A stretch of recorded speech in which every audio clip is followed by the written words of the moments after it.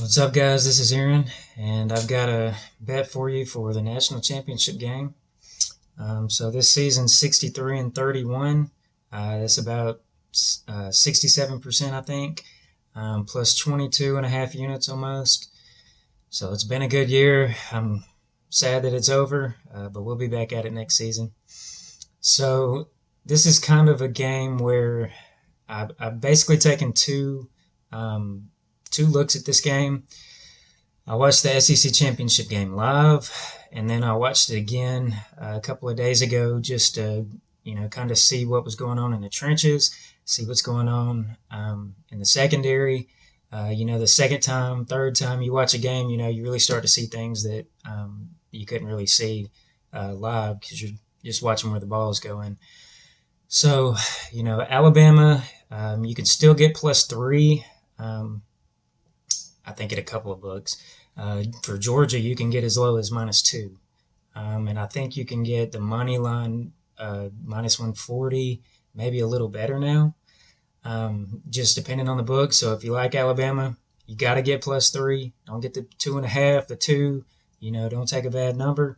If you like Georgia, you got to get that -2, even -2.5. If you get the -3, you're just kind of asking for trouble at the end of the game. So the way that I attacked this game is I kind of just threw out season numbers, statistics, outcomes, things like that. The only thing that really matters now is we already saw this matchup play out a few weeks ago. And only minor changes can be made at this point. You can't just revamp the whole playbook. You're not implementing a ton of new stuff, maybe just different formations to run the same plays, get some confusion out there, get somebody else the ball on the same play. But we've seen this game play the exact same way last season and this season. Georgia's supposed to be that team. They're supposed to be the better team. Everybody, you just look at statistics and you just say, okay, Georgia's the better team. Alabama's got injuries, count them out. And then you see Alabama wins by 17. Okay, this season they play again. They win by 17, same exact score.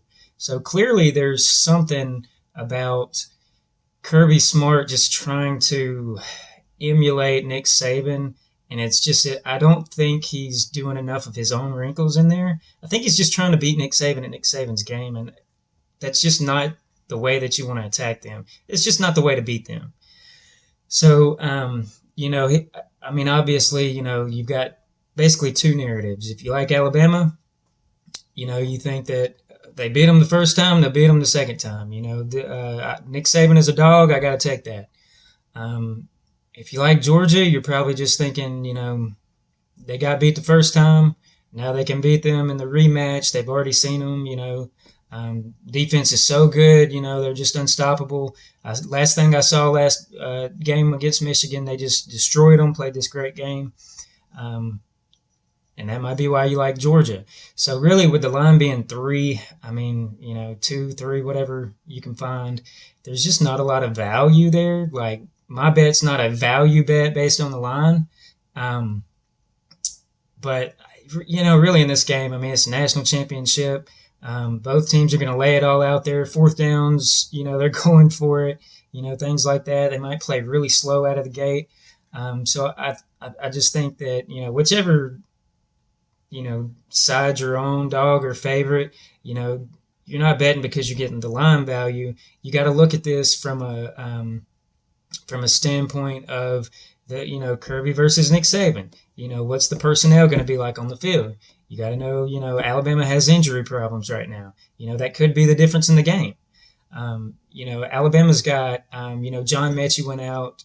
He didn't even play the second half against Georgia. They've also got Josh Jobe played in the game, but he had a bad turf toe. He wasn't his best. Georgia didn't really pick on him, which is surprising because, the guy was a little slow, didn't really cut that well. So he's out for the season. He had his surgery. His backup is Jalen Armour-Davis, and that guy had a hip problem, and he came out against Cincinnati, got beat on one play. You saw he couldn't cut. He never came back in the game. He's probably done. So now you're down to the third string corner at one position. You got to play, the best of the best, Georgia's wide receivers. So that's Kyrie Jackson, the JC transfer. He played really well against Cincinnati. I thought they would probably go after him a little more than they did. But maybe that just says that, the guy's ready to fill the role. Or maybe that is Cincinnati could not take advantage of it, and maybe Georgia can. So these are all important angles for the game. Also, against Cincinnati, the right tackle for Alabama, Chris Owens, he went out, and he's been practicing this week, so I think he plays. But the right guard, Emil Ekiyor, he's been a mainstay on that offensive line, and I haven't heard anything, and I think this is just they don't want to say if he's playing or not. They don't want to give that away.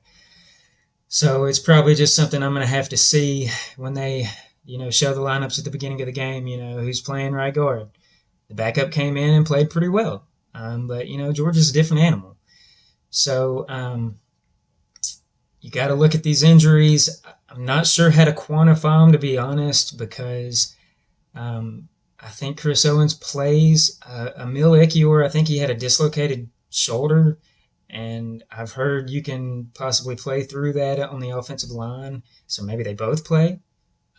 Maybe Kyrie Jackson is a really good corner, and Georgia can't take advantage of it. So moving on from that, another way I'm looking at this game is when I went back and saw the game for the second time, I'm looking for something fraudulent. I'm looking for a fluke. I'm looking for Georgia to have plays to be made, and just by chance they didn't make it, but they should have, could have. Plays that they can make the second time. And, I didn't find a lot. I liked Alabama just as a dog, and I was looking for an angle on Georgia to keep me off the bet and just watch it as a fan, not care about, money. And then the more I look at it, the more I'm seeing, Alabama's defense really did shut down the run game. I mean, Alabama outrushed Georgia slightly with a quarterback that doesn't run first. There are no quarterback runs in the playbook. Brian Robinson was hobbled. He was limping the whole game. If you watch the game, you saw him every play kind of limping back to the line, and he played through it. Well, now he's 100%. We just saw him go for 200 against Cincinnati. Not something that will probably happen in this game, but it just goes to show that the guy's healthy, the guy's playing hard, he catches passes out of the backfield. This is absolutely something that could only help Alabama from the last game. So if Alabama's going to stop the run and they're going to force Stetson Bennett to throw, that's just not the way to beat Alabama. That's not the way that Georgia's going to beat Alabama if Stetson Bennett's got to throw 35, 40, 45, 50 times. He threw the ball, 48 times in the last game? And last season, the same thing happened again. He threw the ball 40-something times. He's a great story, and I love to see that, but the guy is just not that prototypical great college quarterback that's going to win you a game. If you're down, if you're tied, you got long third downs. This is just not that guy that's throwing a great deep ball. They're kind of high. The arm strength's not really there. And I suspect maybe that's why they didn't attack Alabama downfield a whole lot. I don't think they really trust that. But those mid-range and short throws, he's really good. But then he'll have somebody in his face and he makes a terrible throw. He'll have somebody in his face and he throws a pick six when he's got a post route wide open. The only play I saw in the film that could have happened differently was the pick six play. Instead of Alabama getting 7 points on the board, they had a one-on-one post route, and the safety comes up, and the guy's wide open downfield, and Stetson Bennett just totally missed it. Because the disguise that Alabama had, the safety was the robber coming down instead of staying back like in cover two. And now you've got a pick six, and that's a 14-point swing possibly. That's at least a 7-point swing. And that kind of, changed that really took the air out of the ball for Georgia. That gives Alabama all the momentum.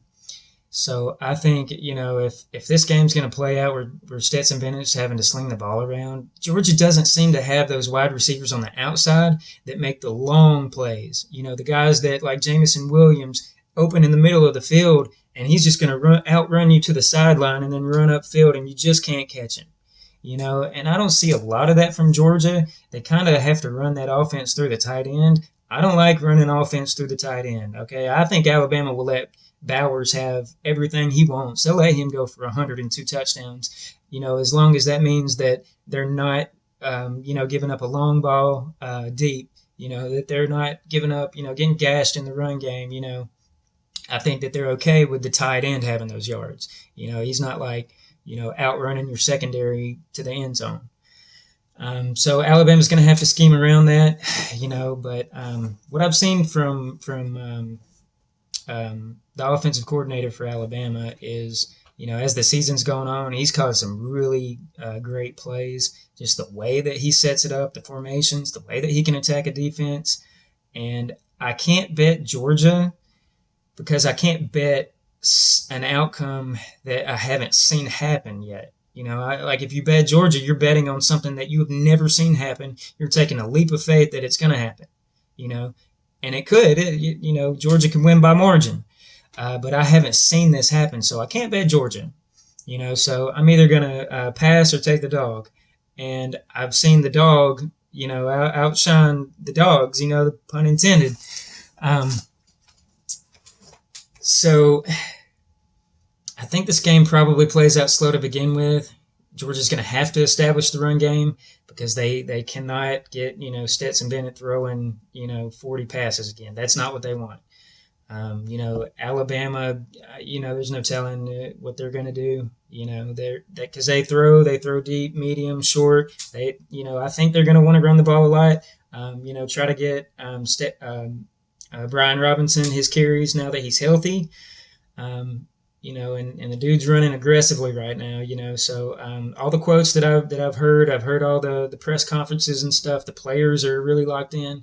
They seem to to really understand the moment and not be like just young guys that are just going to come out too energetic and get popped early. So I'm going to take Alabama plus the 3, and I'm going to put a unit on that, and I'm going to put a unit on the money line. So that's only 2 units. I'm not going big. I don't recommend playing either side big, anything like that. I'm plus 22.5 units on the season. I can lose both of these bets and still be up more than 20 units on the season. So I've had a great season, even if both of these lose. So just bet accordingly. Don't overbet your bankroll, whichever side you like. But I saw Alabama's offensive line be able to withstand Georgia. I saw Jordan Davis, get winded, very winded. 10 minutes left in the second quarter, guys just gassed. Alabama's going to try to get him to do that again. And especially with a healthy running back now, maybe they can't. So Georgia's corners played well against Michigan, but they didn't play very well against Alabama the first time. You saw the busted coverages that happened, and when Jamison went for that long touchdown that kind of, sealed the game. I just feel like I would rather have Alabama's secondary, even with the number 3 guy on one side, than have, Georgia with guys like Darion Kendrick. I mean, great athlete, not the greatest cover guy. I just think that Bill O'Brien's going to be able to, kind of scheme something up to take advantage of any bust that they have. Even with John Mechie out, and that is big, that's really big. But, Alabama still has, you can put Jamison on one side, Ja'Cory Brooks on the other side, and he showed against Auburn. He's made catches in other games. He showed that he's a serviceable guy, at least, at the very minimum. That's your 2 wide receivers. You've got 2 tight ends that catch the ball. You've got the running back that catches the ball. And that's not even including, Trayshawn Holden, who's made some plays this season. He's had a few catches. So while you don't have that super experienced possession guy that can, make a bunch of plays, that's going to hurt. But that's just the time for a guy like Ja'Cory Brooks. He's got the size. He's got the same size as Mechie. I think he's like 6'1", 6'2", something like that. So I think Alabama's going to be able to do enough here. And I think that, you're just not going to beat Nick Saban if you're trying to be Nick Saban. If you're trying to beat him at his own game, I think he's got a way to do that even better. So I think this is going to be a wild game. You might have some lead changes. Even if Alabama has to play from behind, we've seen them play from behind. The only time we've seen Georgia play from behind, they did nothing. They scored nothing. They scored no points. It was 24-17 at the half, and they scored 7 points in the second half. So it's not like they can just line up and throw the ball on you. So unless we see something that we haven't seen yet, something that's unpredictable, and Georgia comes out, wins by however many, I think Alabama's got it going on right now, and I think that Georgia's gotten a little too much clout from playing teams that really couldn't challenge them downfield. Maybe didn't have a great quarterback. The SEC, East didn't have a lot of great quarterbacks. Didn't have any great quarterbacks now that I think about it. Hendon Hooker's like your second best on that side. And then they get, Michigan last game. And Michigan's quarterback plays terrible, and they let Georgia they had guys wide open every play. Just somebody's wide open. Every play works. Hutchinson did nothing, whereas we've seen Will Anderson get to the quarterback against Georgia, and on offense, Michigan, they have to run the ball only. To have success. They have to pass off of that. And when they couldn't run the ball because Georgia stops that, they couldn't do anything. You see Bryce Young, he'll throw for 350 on you. He'll throw for 400 on you. Doesn't matter if Alabama runs the ball or not.